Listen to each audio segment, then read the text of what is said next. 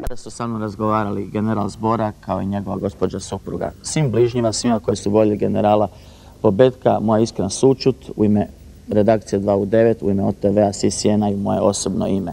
Naravno, budući da je tada emisija bila i namjenska, pitanje trebali isporučiti Hagu generala Bobetka sada je potpuno pase, posle ga zanemarite i pogledajte sa mnom posljednji puta generala Zbora Janka Bobetka.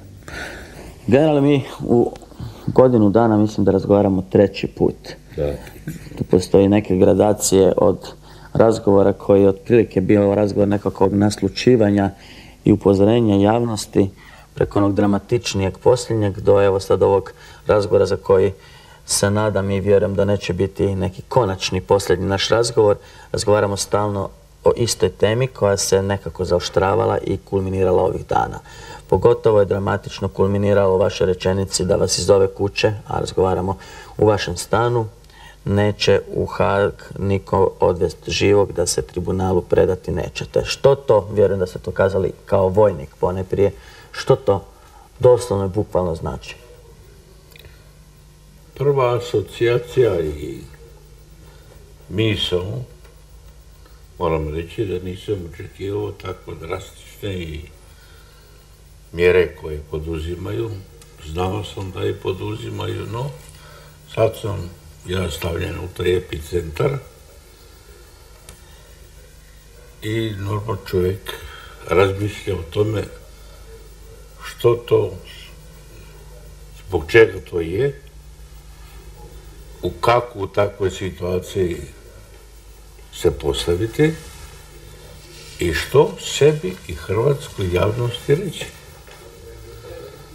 To nije ono jednostavno pitanje, to je životna odluka. Životna odluka ne smije djelovati kao nešto što treba stvarati neku reklamu ili neku zaštitu ili neku milost, da te gledaju sa suzama nekako i da tražeš samilost, već, kako se kaže, ljudi koji imaju giljotinu ili u rukama.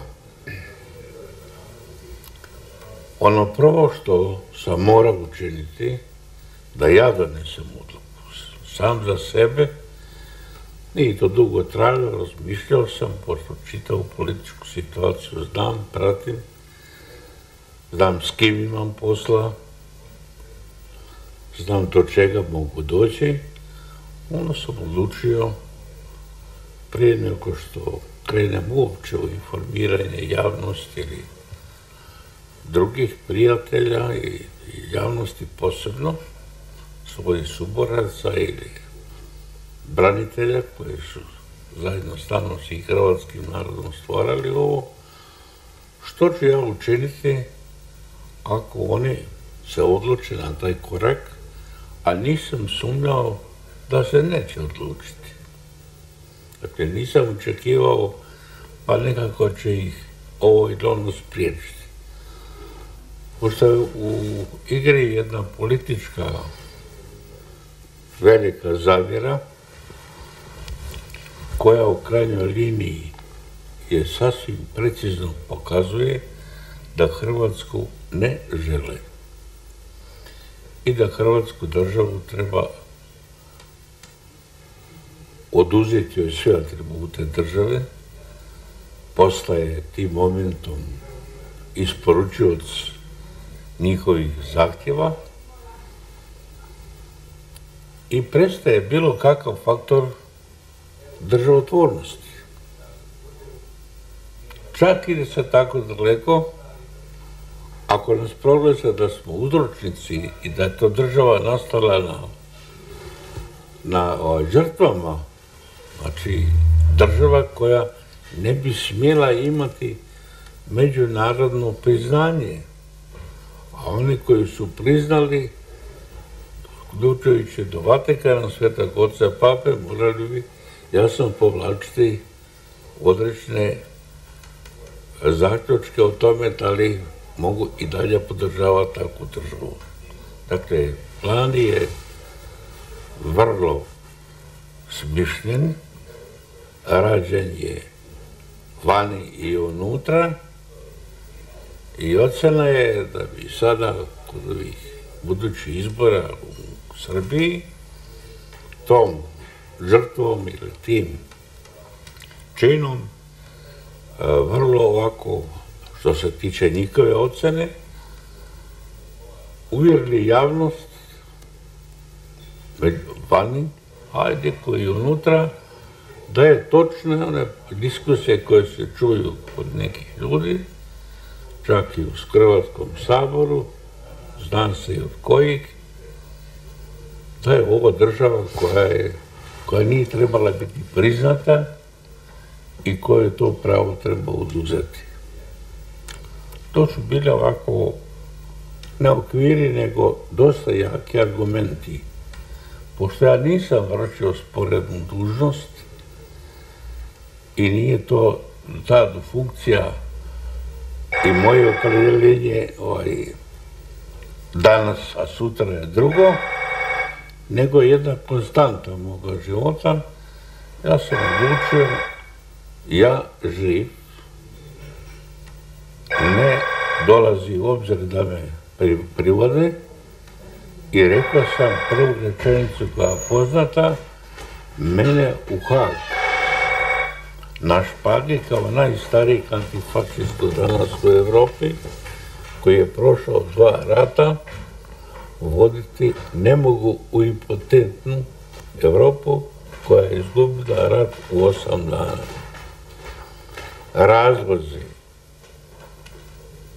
Ja ne mogu izdati svoje osobne principe, svoj životni cilj koji je bio ostvarivan ili vrlo težak, dugotrajan.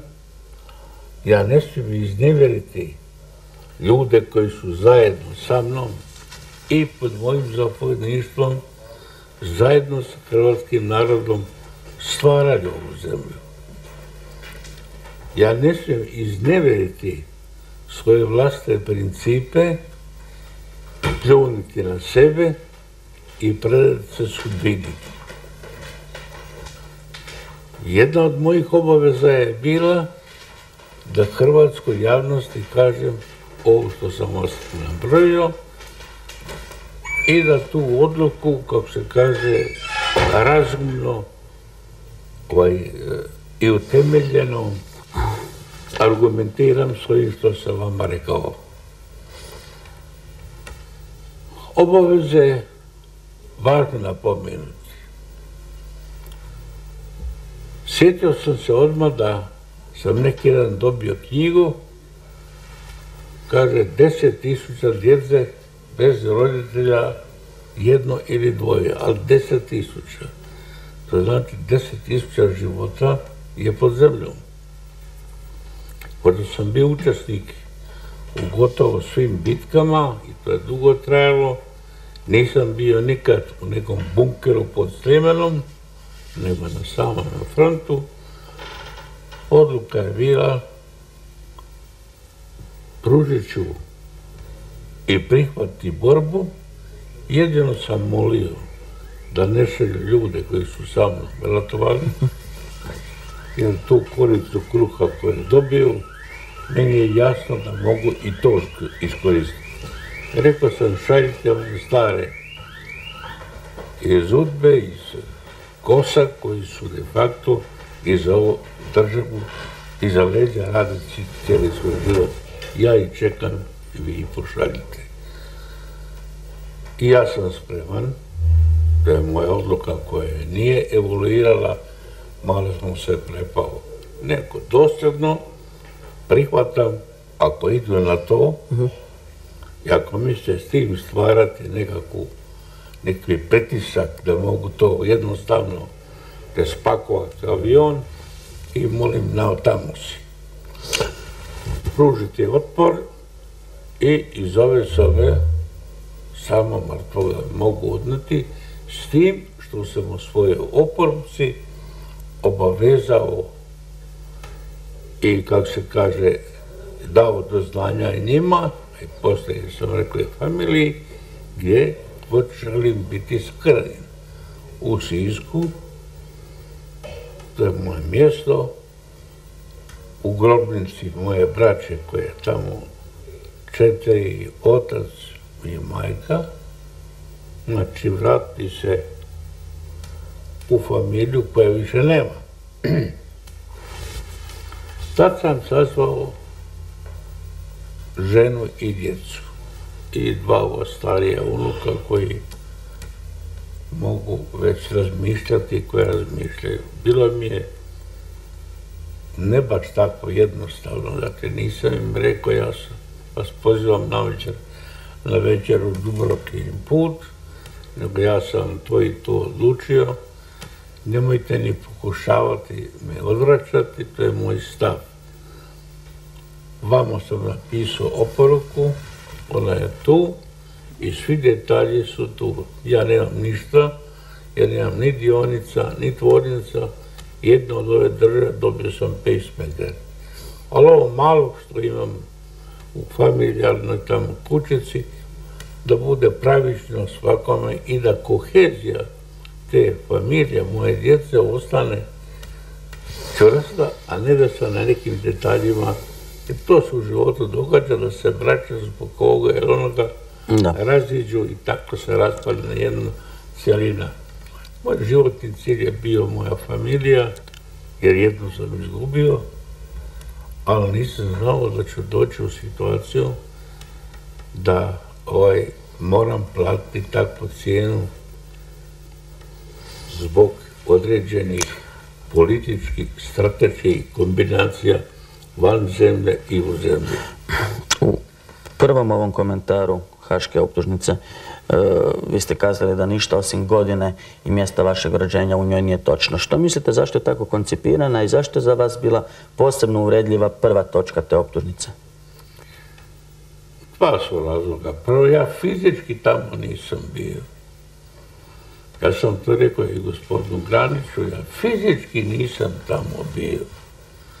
Prema tome, ja nisam mogao biti nikakav ni voditelj, ni taj ubica, jedino ako se može iz Zagreba pogoditi u neku grabu na nekoga. To mogu i tebe optužiti.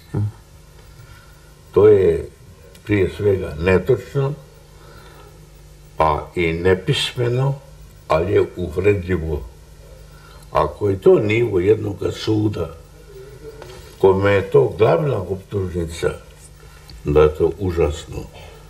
Ono je to političko suđenje, pakovanje i ovaj cilj postići pod svaku cijenu. Dobro, kako komentirate činjenicu da se u toj, kako vi kažete, impotentnoj Europi nema očigledno nimalo svijesti o tome da ste vi zaista jedan od 2, 3 živuća generala antifašista?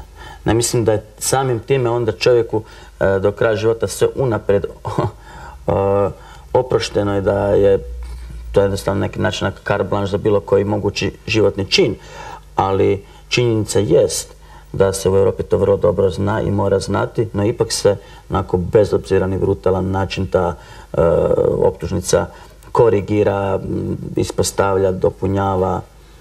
Vrlo rezolutno se od hrvatske vlade zahtijeva unatoč svim prigovorima i odbacivanjima da se ipak vas privede.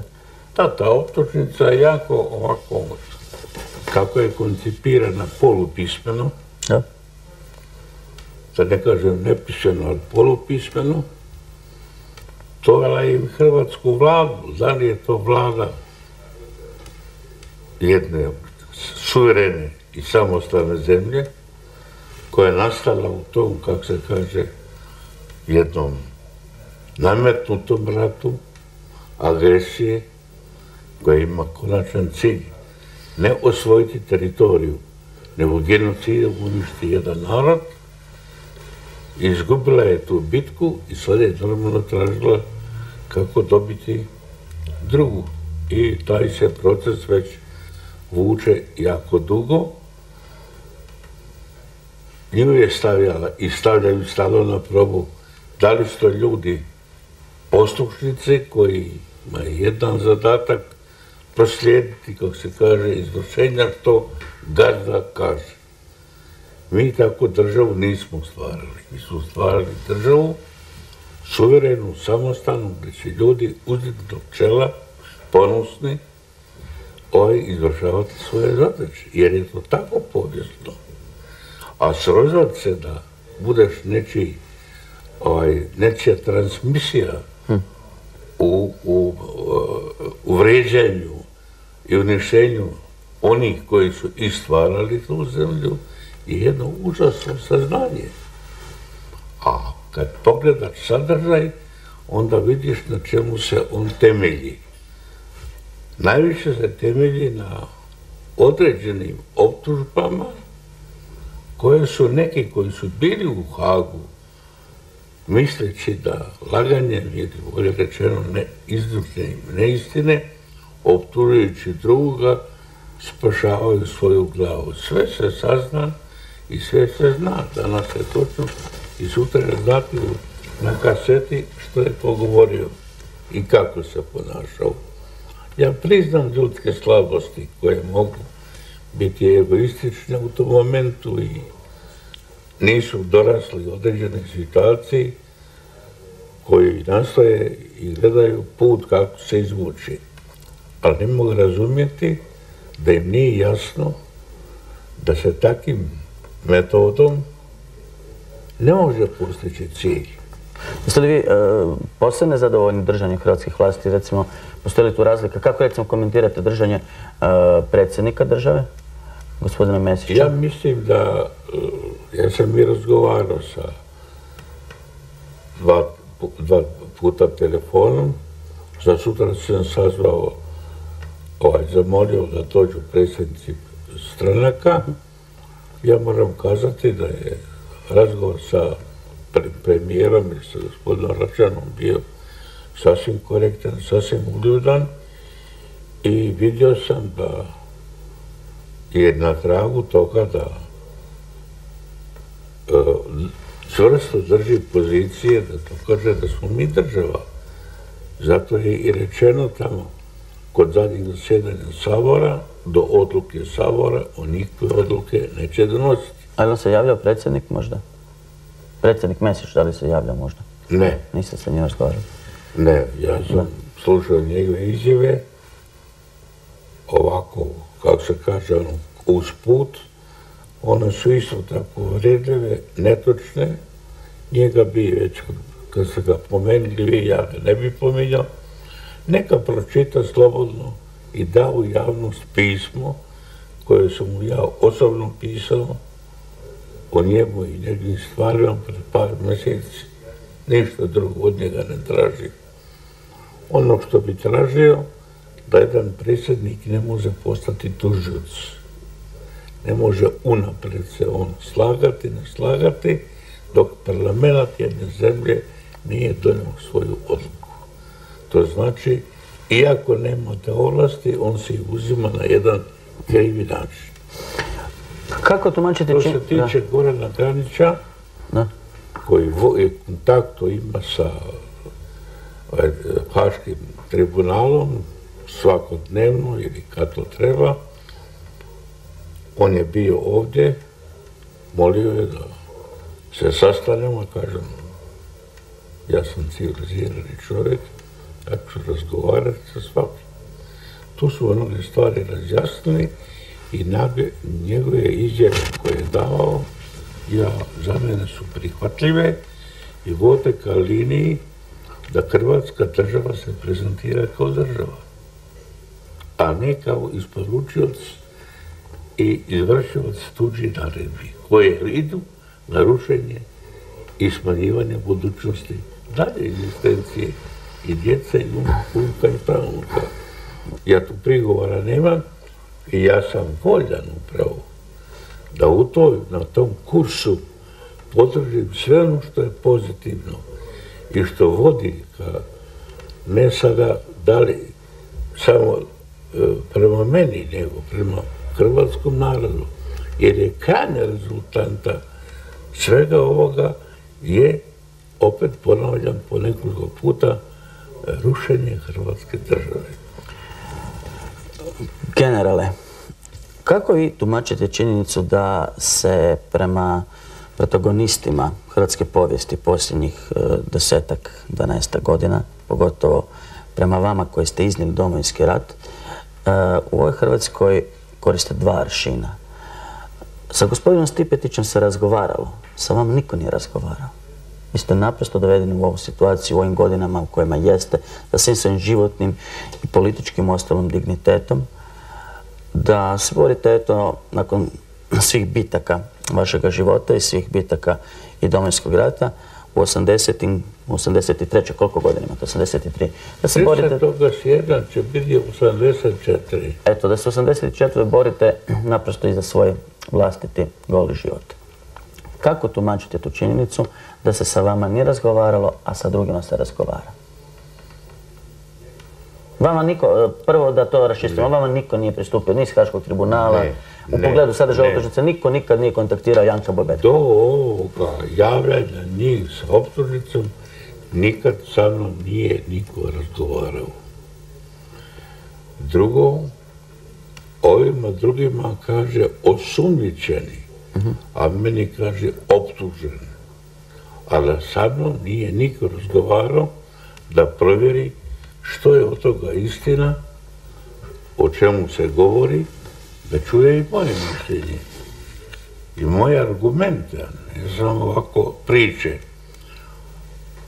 Ne da je nenormalno, nego pokazuje da je to apsolutno politički jedan udar, proces, da im se vrlo žuri i pokazuju da nisu sud koji odmiruje određene elemente pravde i nepravde, nego koji iz političkih razloga donosi vrlo grube i uvređujuće odluke. Razgovor vodimo ovdje u kući, ako smo posljednja dva razgovora vodili u studiju OTV-a, naprosto koliko zbog zdravstvenog stanja generala Bobetka, da ga ne mučimo pentranjem po našim studijima, a koliko zbog samih okolnosti. Prekinuli smo razgovor spomenom zapravo političkog karaktera Haškog suda. Na meni se čini da se ne može govoriti isključivo o političkom karakteru toga suda, a da se nema na umu činjenica koja je sve notornija, da u Hag iz Hrvatske je očigledno da odlaze samo politički protivnici, ne bih rekao današnje političke nomenklature i današnje državne vlasti, nego jednog dijela ili jednog, kako da velim, jedne političke opcije koja ovdje perenira, ustrajava otkako je Hrvatske države. Prvo, ne znam da li vi dijelite moje mišljenje, a potom, ako kad dijelite, što mislite, zašto u Hag zaista moraju iz ove zemlje ići samo politički protivnici dijela današnje vlasti? Da, pitanje je utemeljeno i vrlo je ovako, ima svoju težinu. Da ne kažem začuđujuće da se tako događa, ali molim, činjenice su činjenice koje potvrđuju da to ne samo da nije normalno, nego samo državu prikazuje da ona, kada je izgubila svoje pravo i kada je napustila svoje dostojanstvo u tom smislu, da nije ničiji poštar, nego da je država hrvatskog naroda jer su birani ljudi, a oni koji su birani moram poštivati to, da li se nama neko sviđa ili ne sviđa, jednostavno moraju drugčije reagirati. Ja ovo nekoliko dana prateći te procese pa i razgovarajući i sa premijerom i sa Granićem, imam uvjerenje da će sada na Saboru, kad se bude Sabor izjašnjavao, kao prvo pitanje njene budućnosti rješavati problem članka broj 3 o odnosima prema Haškom sudu. To je de facto temeljno pitanje da li idemo kao novom kursu ono što smo trebali i biti, da imamo svoju državu, svoje sudove i da odlučujemo o sudbini sami, ili su prevladale snage koje su postale poslušnici za vrlo jeftinu plaću pa i izdaju svoga vlastnog naroda. Ja vjerujem da će ta varijanta druga ili prva probuditi svijest i suodgovornost kako hrvatski ljudi i oni koji su bili u rovima i oni koji nisu bili, jer je u pitanju njihova zemlja, a i vlada koja je izabrata mora se opredijeliti na kojoj strani. Formulacija mi moramo dovoljiti sudu sa ovakvim političkim manevrima bila bi vrlo pogibeljna i vrlo opasna. Hrvatski narod nije veliki, ali u datom momentu mora snaći snage da brani sudbinu svoje djece unučara. To sam ih htio pitati. Vi, dakle, ovu borbu zapravo ne vidite kao borbu Janka Bobetka za Janka Bobetka. Koliko shvaćam, to vidite ponajprije kao borbu Janka Bobetka za dignitet Domovinskog rata, za sve one žrtve koje su u tom ratu pale, na kraju kraja za samu zemlju, jer iz današnjeg razgovora, iz razgovora koji smo vodili, meni je posve i vjerujem hrvatskoj javnosti jasno da vi zaista mislite kako je opstanak ove države u pitanju. Gospodine generale, kada bi sada prizvali u sjećanje vaše odnose i sa gospodinom Šuškom i sa pokojnim predsjednikom Tuđmanom, vi ste dakle osoba najvišeg ranga u Hrvatskoj nakon smrti vrhovnika i ministra obrane i ovaj napad na vas zaista onda u tom smislu i do perspektive nije ni slučajan. Da li vi na bilo koji način sad drugačije razmišljate o tim danima, tim bitkama i Domovinskom ratu?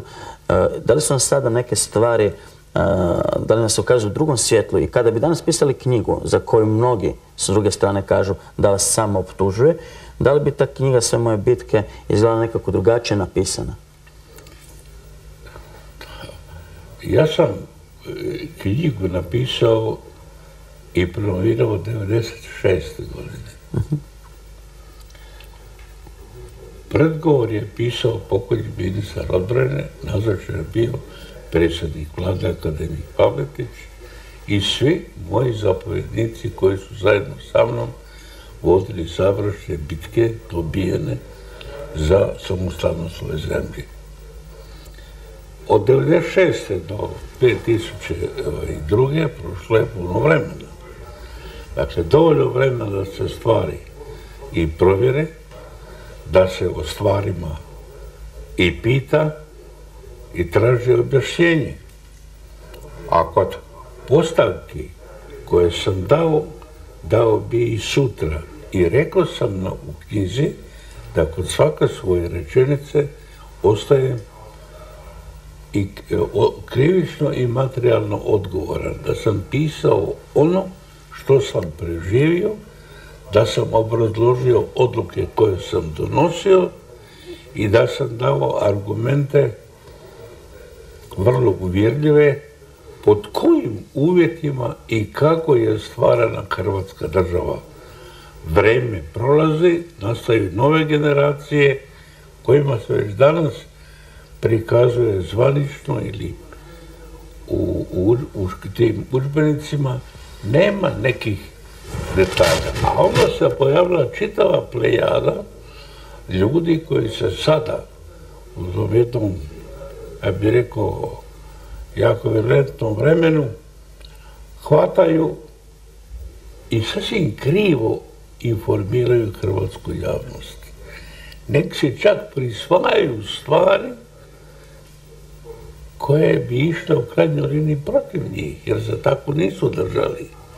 I da toga ne bi bilo, povijest je napisana od onih koji su preživjeli, koji su čvrste svjedoci, ima svoju trajnu vrijednost i svoju trajnu podlogu. Vjerojatno bi još mnoge stvari proširio. Sigurno da bi o mnogim stvarima sada bio daleko čvršći. Međutim, ja nisam htio, kako se nam kaže, u tom vremenu situacije izlaska iz rata otvarati bilo kakve procese koji bi nekoga optuživao ili stvarao neku klimu za svoju osobnu odbranu, iako sam zato imao argumenta. Generale, vi ste 2 rata prošli.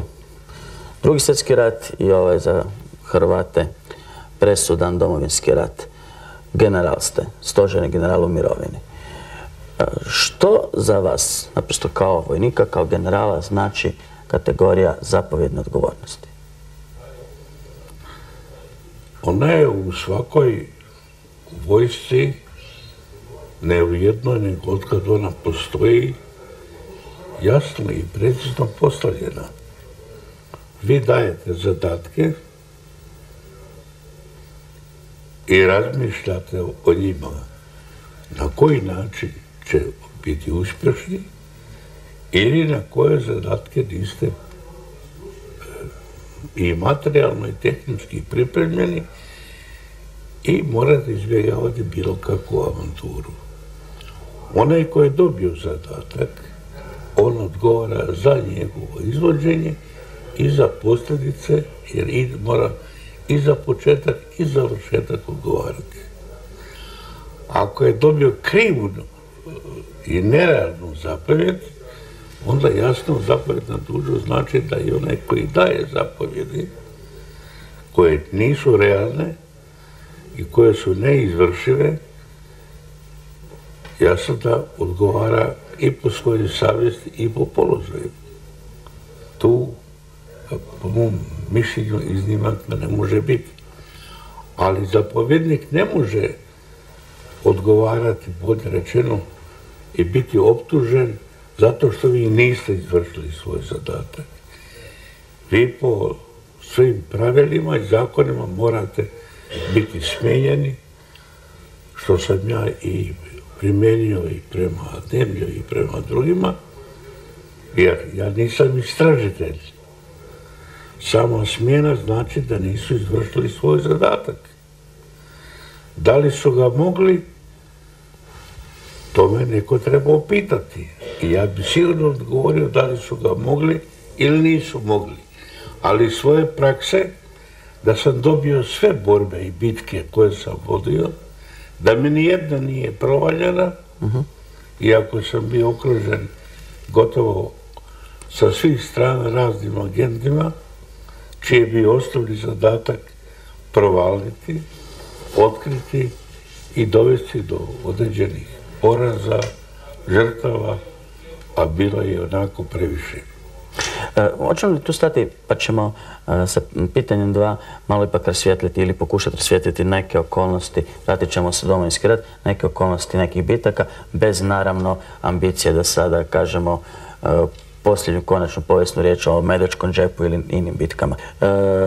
Gospodine generale, vjerojatno bi predbacili da sam ja bio kukavica, iako je stvar izuzetno delikatna kada vas ne bi pitao o operacijama koje se spominju u samoj optužbi. Što vi mislite o perspektivu koje se Haškom tribunalu javlja operacija Medački džep i kakav je vaš stav danas iz ove perspektive naspram izvedbe te operacije?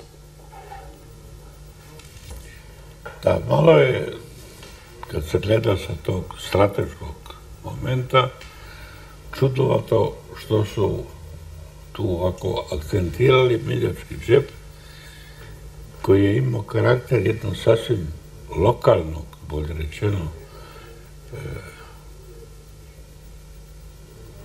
ne neke operacije, nego stvoriti preduvjete da ljudi u tom Gospiću mogu uopće egzistirati, ostati fizički.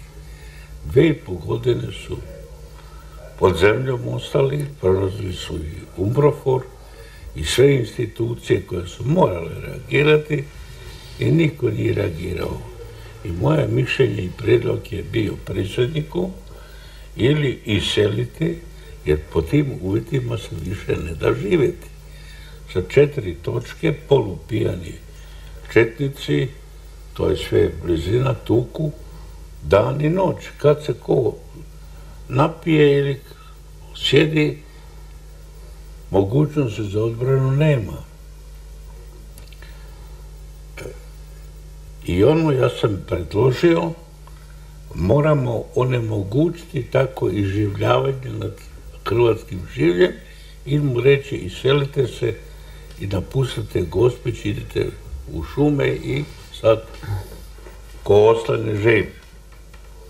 Prihvaćena varijanta da se zaustavi i onemogući takav način udara i odmazde, genocida prema jednom narodu, izabrat je uski koridor upravo prema tim točkama sa koji su bili instalirani njihova borbena sredstva, koja su morala biti lišena tih mogućnosti. Drugo, Velebit je strateški cilj. Onaj koji ima Velebit drži pola Hrvatske. Jer je granica gdje su snage bile agresora kod Ličkog Osijeka do same komunikacije bile 300 metara. Ja prvi put kad sam došao u Gospić 1992. ja sam došao ispod vatre topova koji su bili na obližnjim kotama. Vidio sam razrušenu jednu užasnu sliku. Našao sam tamo Norca kao zapovjednika jedne bojne, ali koje je sve to bilo malo. Već su mnogi napustili izborno područje, otišli u Rijeku, odvukli tehniku i ja nisam mu smio reći, ali sam si mislio koja snaga drži tog čovjeka u takvoj jednoj situaciji. S nike strane nema nekog pojačanja i vidio sam da moramo vrlo brzo pružiti mu pomoć, ojačati te snage, onemogućiti, kako se kaže, ono što najgore, jer padom Gospića Hrvata u Lici nema više. Jer Gospić nije pao ni u Drugom svjetskom ratu. Ali ono na čemu inzistiraju, upravo sam ja osobno, kad su mi referirali, konkretno Ademi, navečer oko 9:30, da oni imaju određene planove i varijante izvršenja toga zadatka, predavno mi je referirao i ja sam mu rekao od tih varijanti jedino je ova u redu treća, koja je najkraća i koja ne smije trajati više od 3 sata. Naglasio sam, nemojte da se dozvoli bilo čiji samovolja, bilo čija samovolja. Jedno potpitanje. Vi u knjizi, pišući o Medačkom džepu, posebno govorite upravo o toj zaštiti civila. Danas se stvar pervertira.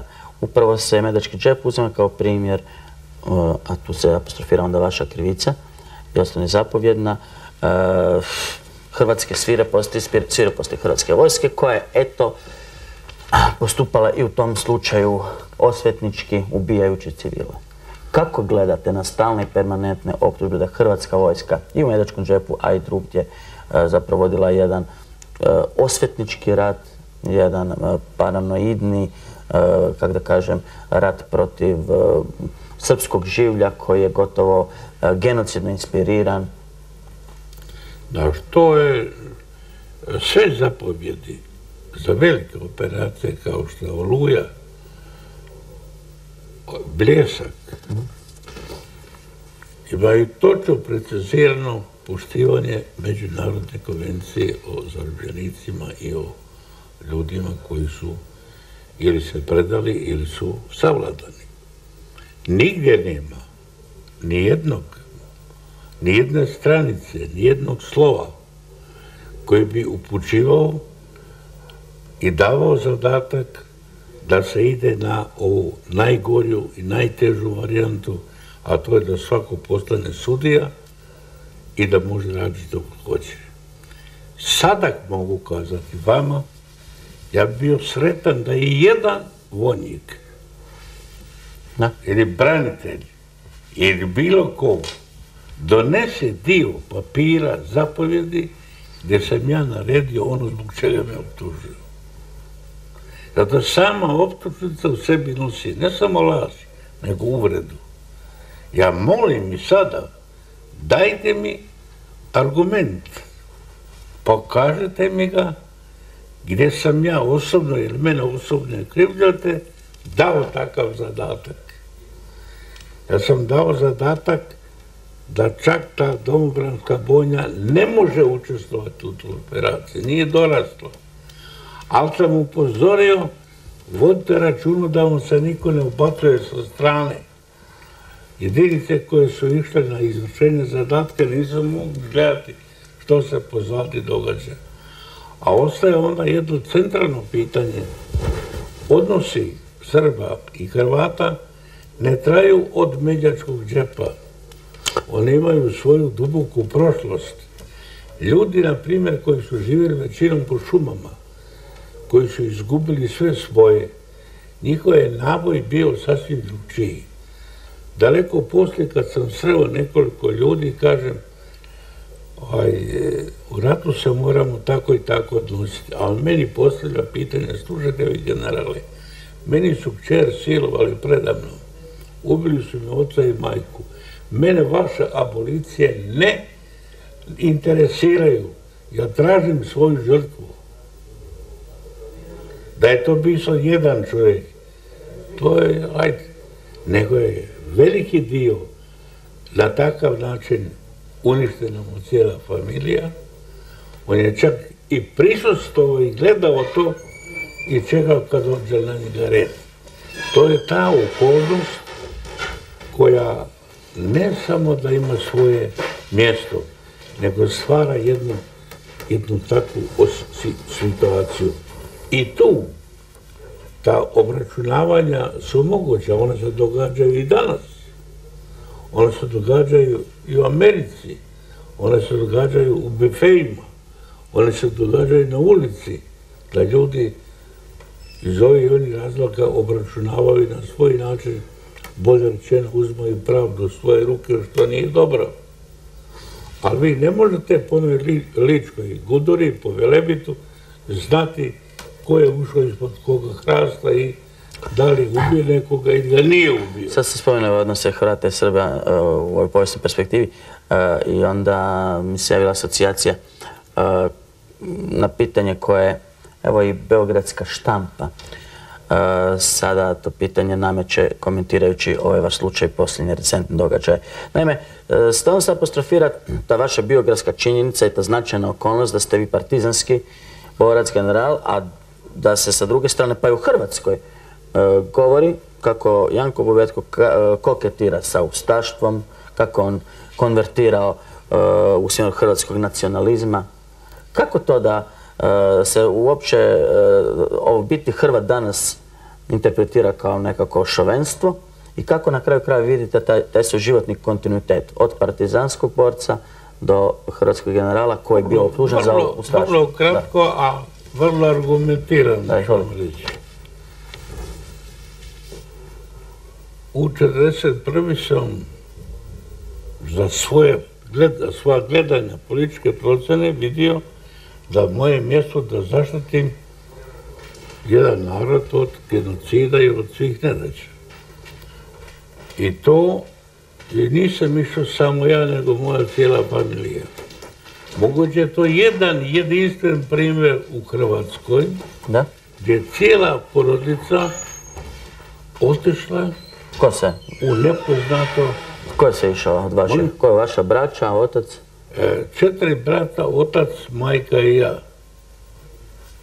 Dakle, nema više slučaja u cijeloj Hrvatskoj otišao 1 ili 2 partizane, ali cijela porodica, mi smo svi otišli.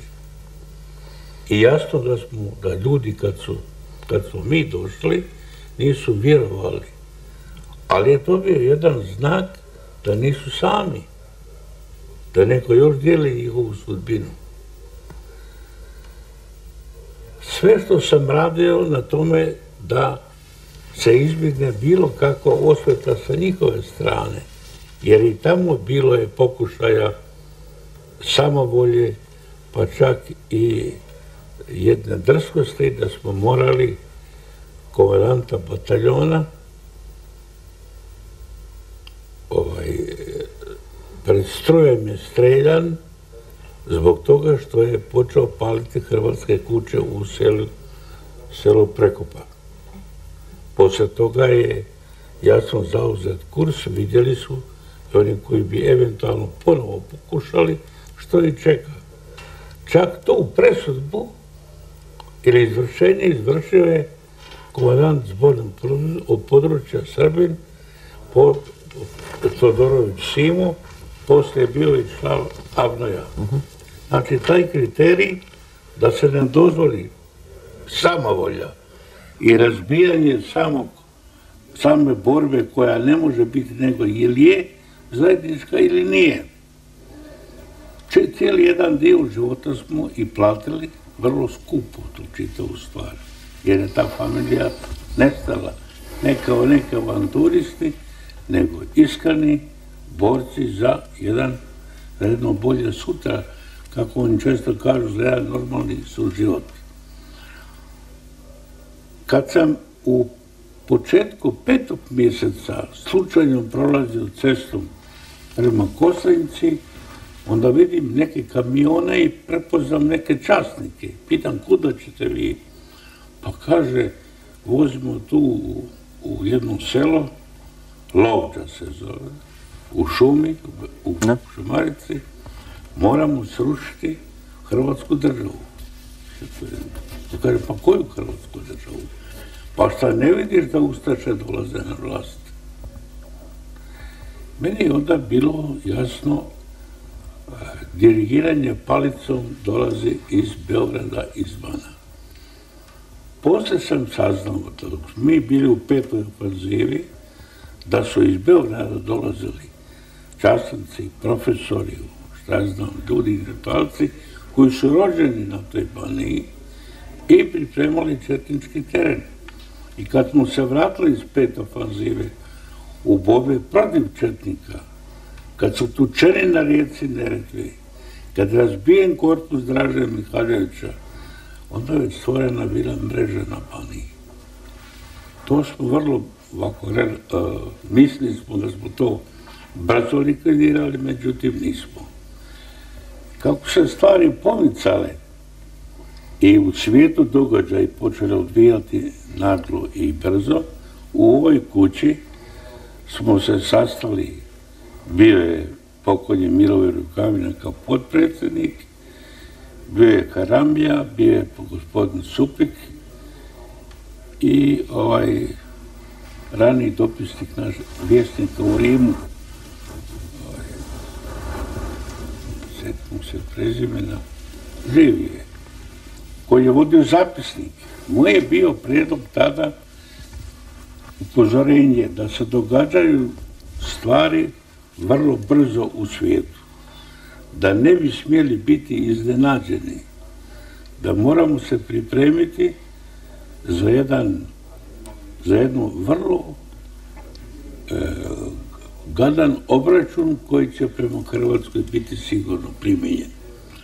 Da će kad tad ta bivša vojska, koja je već bila 70% srpska vojska, komandni taj zapovjedni kadar je bio potpuno ovako sveden.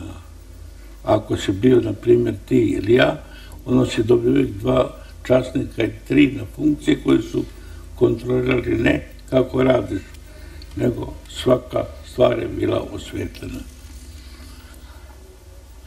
Početkom tih, kako mi kažemo, Balvan revolucije, ja sam vidio da je akcija pripremljena i da iza nje stoji jedan moćan aparat, to se zove Jugoslavenska armija, sa svojim negativnim i pozitivnim vrhom, ali negativnim, i da pred Hrvatskom postoji jedno teško iskušenje. I moje prvo istupanje u Saboru 1991. koje postoji u fonogramu, upozorio sam da se Hrvatskoj približavaju teški dani, da hrvatski narod uspravi se i da mu se objasni što ga čeka. Jer sam, slušajući raspravu u Saboru, vidio da neki ljudi kao da su pali sa Marsa. Drugo moje istupanje bilo je dolazio sam za fronta od Sunje i svratio u Sabor. Tražio Domjana da uzmem riječ. On je rekao, pa sad nije baš zgodno. Ja kažem, dobro, ja ću se obratiti Saboru, pa ako on mi odobri, ja ću govoriti, ali ću reći da si ti bio protiv. Tada je moja bila osnovna teza da Hrvati ili moraju ući u rov odmah, ili će biti stavljeni u rov. Vidio sam da je ta sukob već pripremljen i da ima svoje ciljeve. A posebno kad je početak bio da susjedi, rani kumovi, prijatelji, jer su brakova bilo jako puno, jednostavno su preko noći došli od svog kuma, sutra ako te nađemo gotov si. I ljudi nisu mnogi vjerovali, ali su izgubili glave. Tek kad su ljudi ocijenili da se traži ne njihova imovina, nego njihova glava, nastalo je povlačenje i napuštanje svoje imovine. Ja sam ocenio, to su već bile visoke godine, 71 godina, da je to trenutak kad moram braniti život i interese svoga vlastnog naroda od onih koji sam jučer štitio. Dakle, taj moment je bio težak i nisam mogao sebi objasniti kako je do toga moglo doći da ljudi tako nisko padnu i da idu na takav obračun.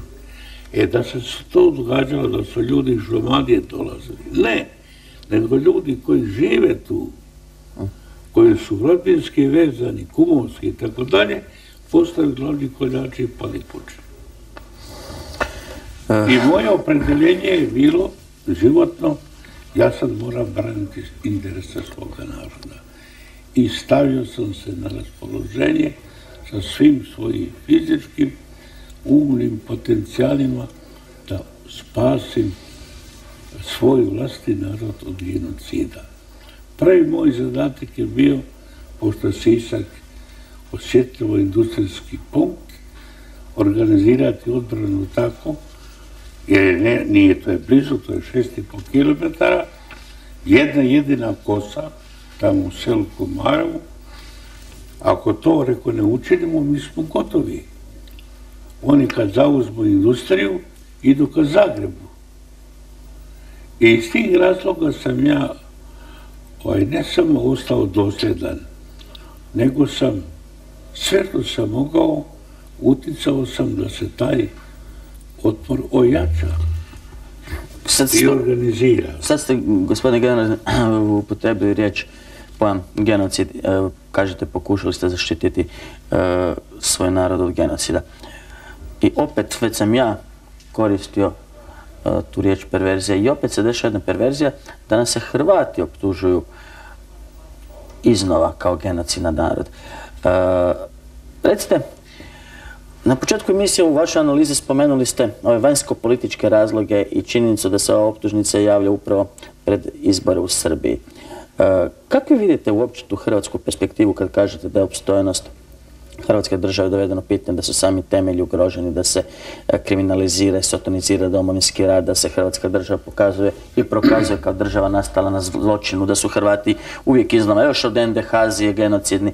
Recite, jel se to možda priprema ponovo nekakva zajednička sudbina, jel to gospođa Carla Del Ponte kao možda samo glasnogovornik jedne politike vidi Hrvatsku i opet u Europi, ali na putu u Europu kroz Beograd? Da, vidite, kad se malo ide dalje u dubinu toga pitanja, uvijek se postavlja i pitanje koji su uzroci toga. Po svim sada elementima koji su već vidljivi, a koji su se već i u ratu događali, odluka je bila velikih obavještajnih centara u Parizu i Londonu da Hrvatska ne smije dobiti rat, da se ne smije obraniti i sve blokade su bile postavljene vrlo efikasno vrlo temeljito kontrolirane iznutra i izvana. Znači, već sama ta stvar govori o tome da je stvaranje Hrvatske bilo izloženo jednoj organizaciji čiji je bio osnovni cilj ne dozvoliti to. Kada to nisu mogli, jer je bilo jedinstvo naroda i želja, taj žižak je počeo snažno od 1971. ali traje od pokojnog Stjepana Radića i Hrvatske seljačke stranke tada, nije se ugasio. Samo se u datom momentu i vremenu aktivirao jer je otpočeo jedan stravičan genocid. Drugo, politički je već ranije stvarana jedna klima, još danas je stvara, da je to narod koji nema elemente evropske kulture, civilizacije, nego je genocidan.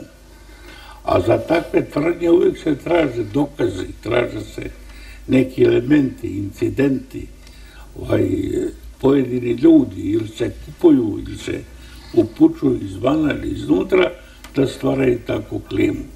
Tako je i sada. Oni ne govore nikada o hrvatskoj vojsci, o hrvatskim generalima, govore o ustaškim generalima. Ja imam ovdje film snimljen, što su oni snimali u toku ove borbe, Domovinskog rata, što su sve radili od Gline do svih tih mjesta. Ja kad sam taj film, ja ga imam snimljenoga, ja sam bio užasnut, jer moguće da sam ja živio među takvim zvjerima. Pa u što je ta cijela NOB otišao kad mu je ovo rezultanta. Sad kad se to već događa, onda je moja prva misao i prva argumentacija, odluka je doneta, ona ista koja je bila da ne smiju dobiti rat, sada je doneta da ne smiju imati državu. I da ljudi koji će slušati vjerno dobit će nagradu, a drugi se ne smiju pojaviti. I zato apeliram i podržat ćemo i moramo podržati sva ona nastojanja vlade da izađe iz te krize i da de facto postane zaštitnik budućnosti interesa Hrvatske države. Tu politički sada ti momenti koje ove stranke, to je sasvim sporedno pitanje. Sada je pitanje hoćemo li odbraniti, sačuvati tu Hrvatsku državu ili će ju na takav optužujući način razbiti. Kako su se sada? Najbolje je i pokazala praksa makni ljude koji su zaslužni, kojima hrvatski puk i vjeruje, ako ne ima jednom veliku da, i kad si se lišio takvih ljudi, onda si dobio jedno slobodno lovište. Pošto sam ja jedini uživući čovjek posle ljudi koji su bili prije mene, predsjednik Tuđman, onda normalno da kocka pala, ne idemo, poslije ćemo stići do majora i pukovnika, ali idemo sada u taj centar jer je sada stvorena jedna klima. Tako da optužnica niti sam vidio, niti sam čuo, ali ono što sam postao na internetu snimio, ne samo da je... To je zanimljiva okolnost, ova optužnica, oprosti što vam budem reći, nije uopće uručena. Ne, niti je uručena, niti je samo... Nije sa interneta imate, kao što mogu ja skinuti. Na internetu sam vidio, pa šta je ovo, nepismen svijet, pa prije svega moram ja biti tu, ako... Dobro, recimo mi još nešto me zanima.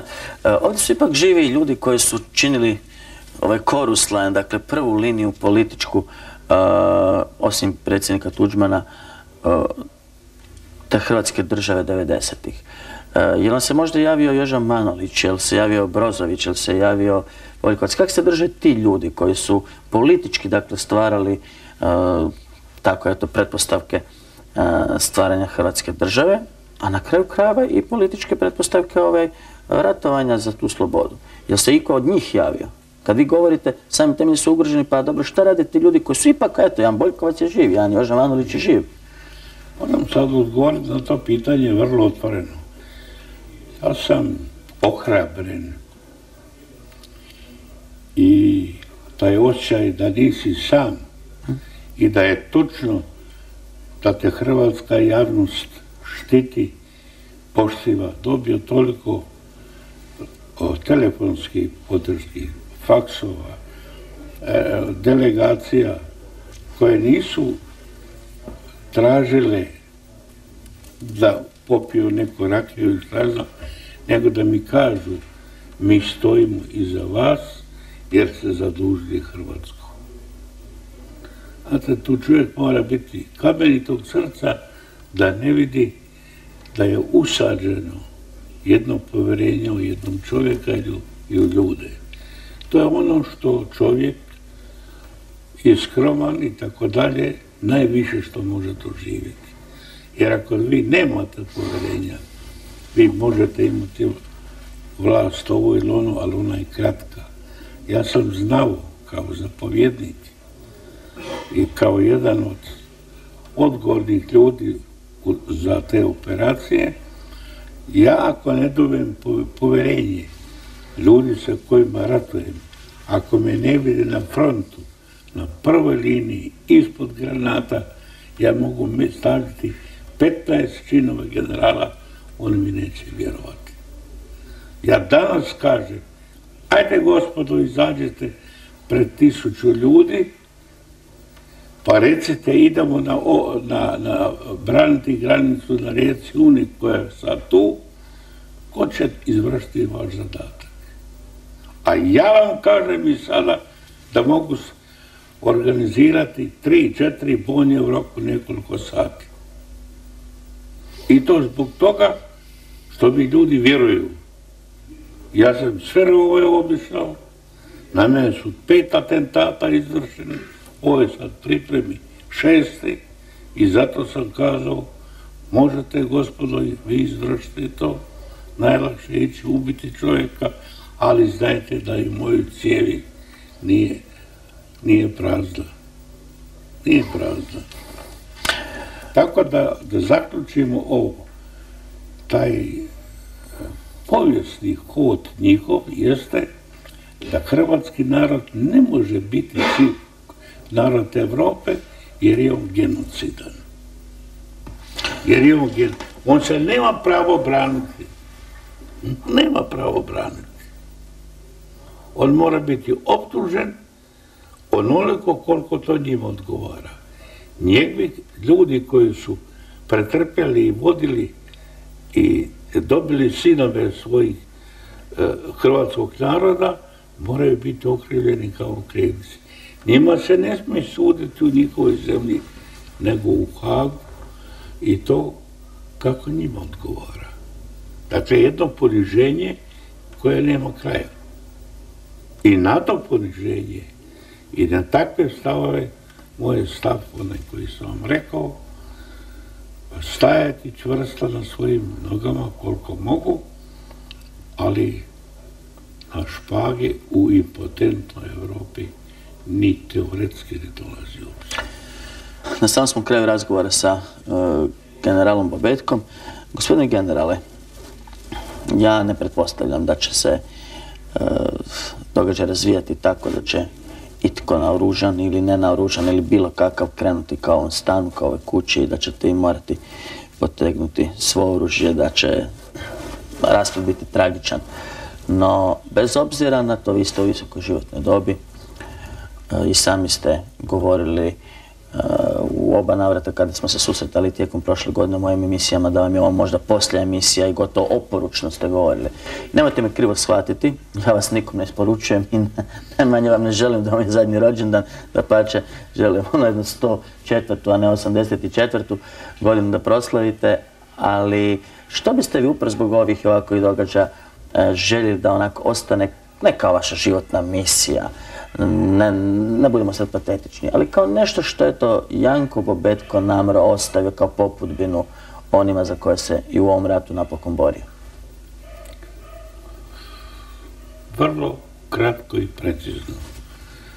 Cijeli svoj život posvetio sam, bio je mukotrpan, težak, ali sam ga posvetio svom vlastitom narodu i jednom progresu.